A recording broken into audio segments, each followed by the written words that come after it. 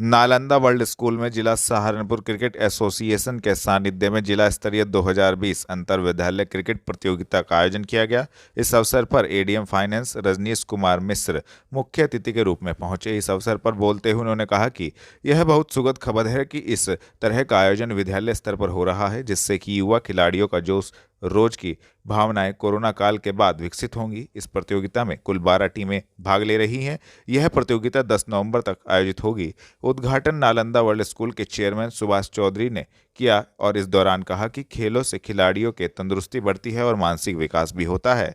सहारनपुर जिला cricket association के सचिव लतीफ उर रहमान ने कहा कि जिला स्तरीय स्कूल प्रतियोगिताओं से युवा खिलाड़ी राजेश पुरोहित का संचार होता है तथा आज पहला मैच डेवलपमेंट स्कूल छुटमलपुर और रेनबो स्कूल सहारनपुर के बीच खेला गया। आपका शुभ नाम और आज क्या आयोजन किया जा रहा है? मैं Subhash Chaudhary, chairman Nalanda world school. बताना चाहूँगा कि 3 वर्षों के बाद सहारनपुर में एसडीसीए के तत्वाधान में जो है लगभग 12 स्कूलों की टीमें आज यहाँ पर हैं, तो उनके बीच में क्रिकेट टूर्नामेंट कराया जा रहा है 2020। और इसमें जो है भी माननीय एडीएम साहब जो हैं रजनीश मिश्रा जी के द्वारा इसका उद्घाटन किया गया और 5 दिन तक यह मैच चलेगा। और मुख्य उद्देश्य है कि बच्चों में, खिलाड़ियों में एक खेल भावना उत्पन्न हो, एक अच्छा अनुशासन का एक माहौल बने, एक संदेश देने का जो है काम किया जाएगा इस क्रिकेट टूर्नामेंट के माध्यम से। और बहुत बहुत शुभकामनाएं देना चाहूँगा बल्कि इस अवसर पर जितनी प्रतिभागी टीमें यहाँ पर हैं, और आप लोगों का धन्यवाद करना चाहूँगा मीडिया टीम का कि यहाँ पर आकर के जो है इसका कवरेज किया। बहुत बहुत शुक्रिया, बहुत बहुत धन्यवाद जी।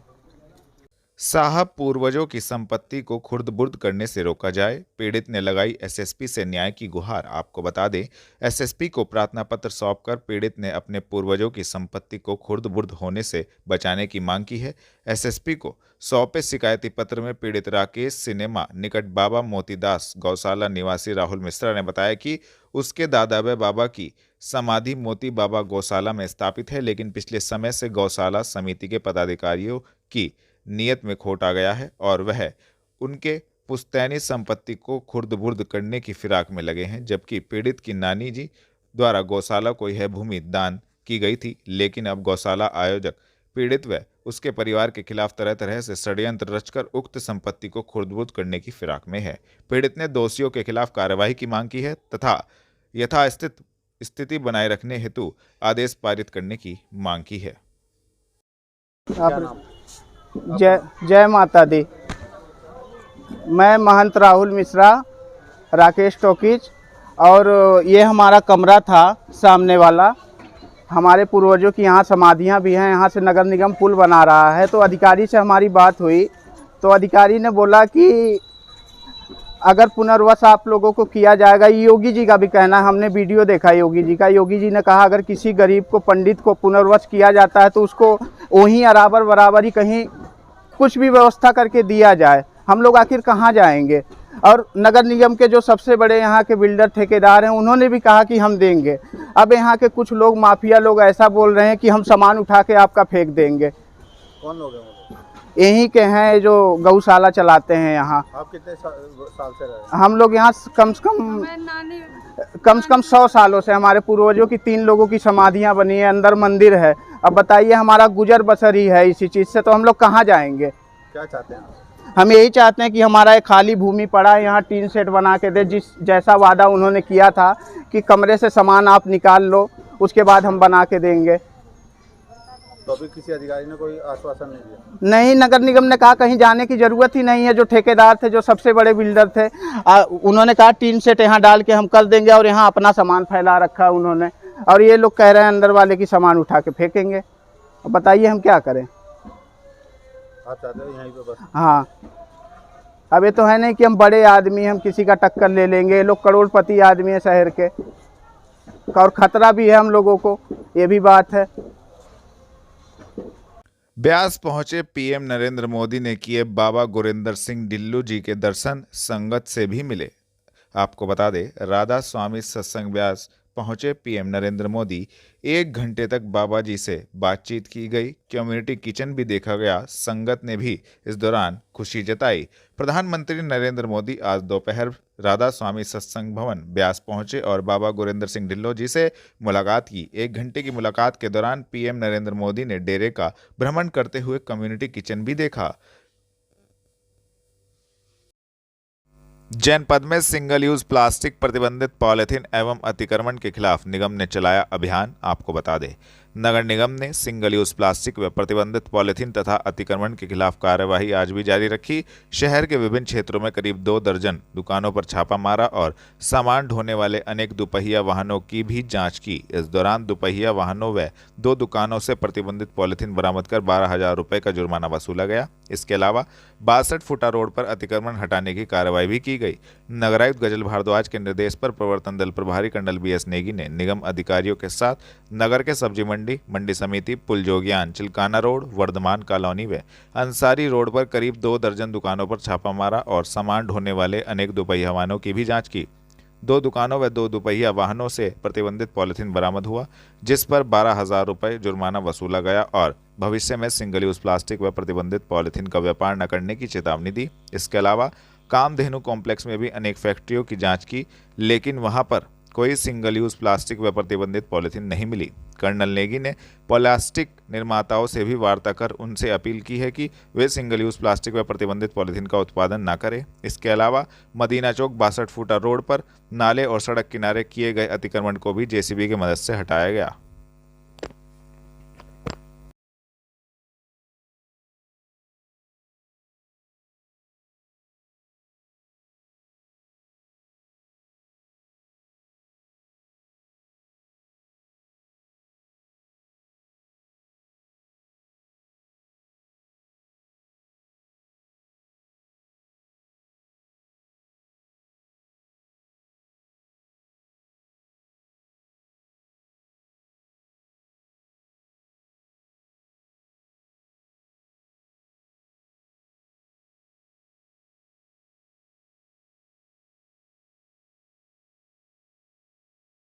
दिल्ली रोड पर Saraswati Vihar senior secondary school में शपथ ग्रहण समारोह का हुआ आयोजन।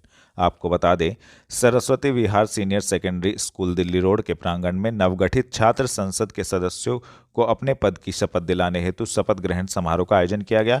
चुनावी परिणाम में कक्षा 11 की छात्रा सानिया नरूला सबसे अधिक मत पाकर प्रधानमंत्री पद के लिए विजयी घोषित की गई। दूसरे स्थान प्राप्त करने वाले कक्षा 11 के छात्र शीरुपीरू गगनेजा को उप प्रधानमंत्री पद तथा कक्षा 8 के देव पहूजा को सेनापति पद के लिए चयनित किया गया। इसके बाद छात्र संसद का गठन कर मंत्रिमंडल का विस्तार किया गया, जिसमें कक्षा 10 के इकमन सिंह को अनुशासन मंत्री, कक्षा 11 की मिली वर्मा को यूनिफॉर्म मंत्री, कक्षा 9 के देवांश गोयल को पर्यावरण मंत्री, कक्षा 10 की निवेदिता सिंह को मानव संसाधन विकास मंत्री, कक्षा 11 की किरण सोनी को सांस्कृतिक मंत्री, कक्षा 10 के आर्यन केशरवानी को खेल मंत्री, कक्षा 10 की आरुषि को भोजन एवं चिकित्सा मंत्री, कक्षा 10 के आदित्य कुमार शर्मा को परिवहन मंत्री तथा कक्षा 9 के शिवांश काम्बोज को जल एवं विद्युत मंत्री, कक्षा 10 की अवनी को सूचना एवं प्रौद्योगिकी मंत्री, कक्षा 11 की सुहानी गुप्ता को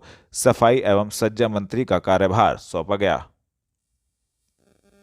नगर विकास मंत्री ने लखनऊ में मुख्य अभियंता निर्माण कैलाश सिंह व सफाई निरीक्षक अमित तोमर स्वच्छ वार्ड प्रतियोगिता को लेकर किया गया पुरस्कृत। आपको बता दें, सहारनपुर नगर निगम के वार्ड 25 को प्रदेश के 4 सर्वश्रेष्ठ वार्डों में चुना गया है। प्रदेश के नगर विकास मंत्री AK शर्मा, राज्य मंत्री नगर विकास राकेश राठौर, प्रमुख सचिव नगर विकास अमृत अभिजात व निकाय निदेशक नेहा शर्मा ने इसके लिए पुरस्कार प्रदान किया। पुरस्कार सहारनपुर नगर निगम के मुख्य अभियंता निर्माण कैलाश सिंह व वार्ड 25 के सफाई निरीक्षक अमित तोमर ने प्राप्त किया।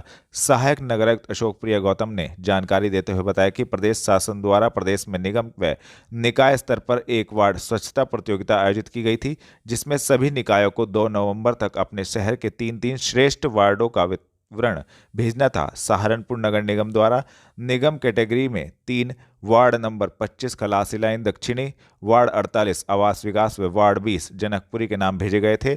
वार्डों के चयन के लिए शासन द्वारा सफाई, डोर टू डोर कूड़ा कलेक्शन, कूड़ा निस्तारण व सौंदर्यकरण आदि के लिए नंबर निर्धारित किए गए थे। उन्हीं नंबरों और मानकों के आधार पर वार्डों का चयन किया गया। प्रदेश के समस्त नगर निगमों में केवल 4 नगर निगम ही पुरस्कार प्राप्त कर सके हैं। प्रथम स्थान पर गोरखपुर, दूसरे स्थान पर लखनऊ, तीसरे स्थान पर वाराणसी और चौथे स्थान पर सहारनपुर रहा है।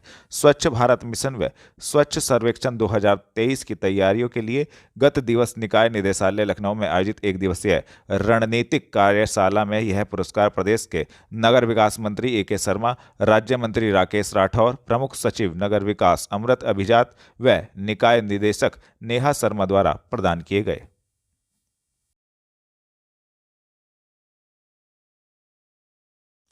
कलेक्ट्रेट पहुंचकर राष्ट्रीय लोकदल के कार्यकर्ताओं ने सत्ता पक्ष पर लगाया फर्जी वोट बनाने का आरोप, सौंपा ज्ञापन। आपको बता दें, प्रदेश में नगर पंचायत नगर पालिका चुनाव को लेकर सरगर्मियां तेज हैं, जिसको लेकर सभी पार्टियां तैयारियों में लगी हैं। इसी क्रम में आज राष्ट्रीय लोकदल के पदाधिकारीगण एवं कार्यकर्तागण जिलाध्यक्ष राव कैसर सलीम व प्रदेश महासचिव चौधरी धीर सिंह के नेतृत्व में कलेक्ट्रेट कार्यालय पहुंचे और आरोप लगाया कि लगातार सत्ता पक्ष से फर्जी वोट बनाने का षड्यंत्र किया जा रहा है। आधार कार्ड से वोट बनाई जा रही हैं, भले ही उक्त आधार कार्ड पर संबंधित नगर पालिका नगर पंचायत का नाम पता भी ना हो, जिसको लेकर उन्होंने संबंधित ज्ञापन चुनाव आयोग को जिलाधिकारी के माध्यम से सौंपा तथा संबंधित जानकारी दी। आज राष्ट्रीय लोकदल पूरे उत्तर प्रदेश के अंदर चुनाव आयोग को एक मेमोरेंडम जारी किया है, एक ज्ञापन दिया है, जिसमें राष्ट्रीय लोकदल ने ये आशंका व्यक्त की है कि कुछ जाली दस्तावेज़ बनाकर, जाली किराएनामे बनाकर, जाली आधार कार्ड बनाकर जाली वोट बनवाए जा रहे हैं और एक समुदाय विशेष के वोटों को विभाजित किया जा रहा है। जिस सेक्टर में वो हैं उससे अलग अलग सेक्टर में, अलग अलग मोहल्लों में उनके वोट बांटे जा रहे हैं, जिससे ये आशंका है कि चुनाव के अंदर पूरी धांधली करने का भारतीय जनता पार्टी का मन है। हमने चुनाव आयोग को इसलिए आज वो दिया है कि बिल्कुल चुनाव सिर पे हैं, किसी भी समय घोषणा चुनाव की हो सकती है, इस पर तुरंत रोक लगाई जाए और उस दस्तावेज को जिसके आधार पर जाली वोट बनाए जा रहे हैं ऐसे के खिलाफ तुरंत कार्रवाई की जाए और एक निष्पक्ष चुनाव कराने का हमने अनुरोध चुनाव आयोग से किया है। हम लोग यहाँ पर राष्ट्रीय नेतृत्व के आदेश पर जो भारतीय जनता पार्टी के लोग फर्जी वोट बनवा रहे हैं, ऐसी शिकायतें लगातार कार्यकर्ताओं के द्वारा मिल रही है और ऊपर से भी पार्टी का निर्देश है कि जहाँ भी इस किस्म की धांधलियाँ हो रही हैं उसको तत्काल रोक लगाएं। उसके लिए आज लोग हम ज्ञापन लेकर के आए हैं, अभी ज्ञापन दिया है अधिकारी महोदय को और ये हम चुनाव आयोग से मांग करते हैं कि निष्पक्ष चुनाव के लिए ये जरूरी है कि जो सही वोट है केवल वही बन पाएँ, जो फर्जी वोट बनाए जा रहे हैं उस पर तत्काल रोक लगाई जाए। इसके लिए हम लोग आए हैं। धन्यवाद। पिलखनी में मंडलायुक्त ने किया औद्योगिक क्षेत्र का निरीक्षण एवं उद्यमियों के साथ की बैठक, दिया आवश्यक दिशा निर्देश। आपको बता दें, मंडला आयुक्त लोकेश एम द्वारा औद्योगिक क्षेत्र पिलखनी अंबाला रोड सहारनपुर का निरीक्षण किया गया। साथ ही औद्योगिक क्षेत्र के समीप ODOP के अंतर्गत निर्माणाधीन CFC का निरीक्षण किया गया तथा उपायुक्त उद्योग को निर्देश दिए कि शासन से शीघ्र बजट आवंटन कराकर निर्माण कार्य पूर्ण कराया जाना सुनिश्चित करें। निरीक्षण के दौरान पिलखनी में बैठक आयोजित की गई। बैठक में IIA के प्रतिनिधियों द्वारा अवगत कराया गया कि पिलखनी औद्योगिक रोड राधा स्वामी सत्संग भवन के बाईं तरफ रजवाहे की सिंगल रोड का चौड़ीकरण करने व नेशनल हाईवे तक जोड़े जाने और अंबाला रोड पर बनी पुलिया के चौड़ीकरण किए जाने का अनुरोध किया गया है।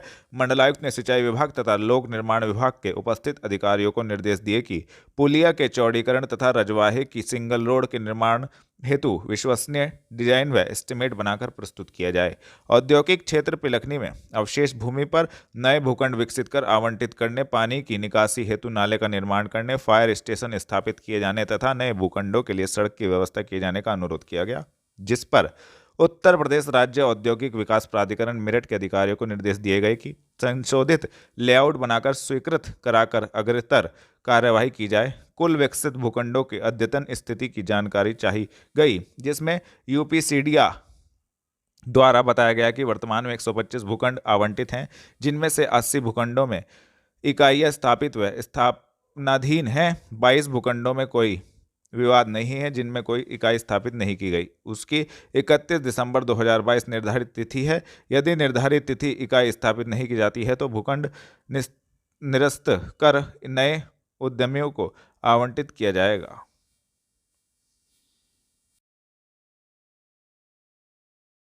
थाना मंडी पुलिस ने 2 शातिर वारंटी अभियुक्तों को मंडी कोतवाली क्षेत्र से किया गिरफ्तार, भेजा जेल। आपको बता दें, वरिष्ठ पुलिस अधीक्षक के निर्देशानुसार अपराधियों के विरुद्ध चलाए जा रहे धरपकड़ अभियान के क्रम में थाना मंडी पुलिस को बड़ी सफलता हाथ लगी है। थाना मंडी पुलिस ने 2 शातिर वारंटी शाहकार पुत्र गुलजार, सलमान पुत्र अब्दुल को थाना मंडी क्षेत्र से गिरफ्तार करने में महत्वपूर्ण सफलता प्राप्त की है तथा संबंधित धाराओं में कार्रवाई करते हुए दोनों अभियुक्तों को जेल भेजा गया है तथा एक अभियुक्त मेहताब पुत्र इनाम, जो कि पहले वारंटी चल रहा था, उसको गिरफ्तार कर जेल भेजने का काम किया गया था। बाकी 2 अभियुक्तों को आज जेल भेजने का काम किया गया है। गिरफ्तार करने वाली टीम में उप निरीक्षक सोनू राणा, उप निरीक्षक प्रदीप कुमार, उप निरीक्षक अशोक कुमार, हेड कांस्टेबल मोहसिन खान मौजूद रहे।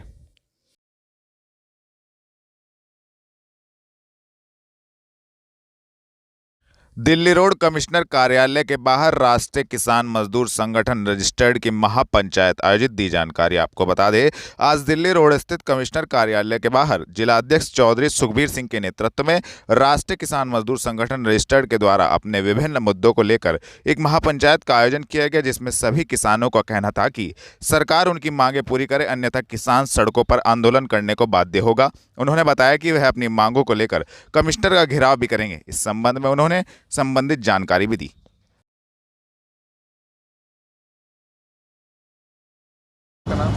अमित चौधरी।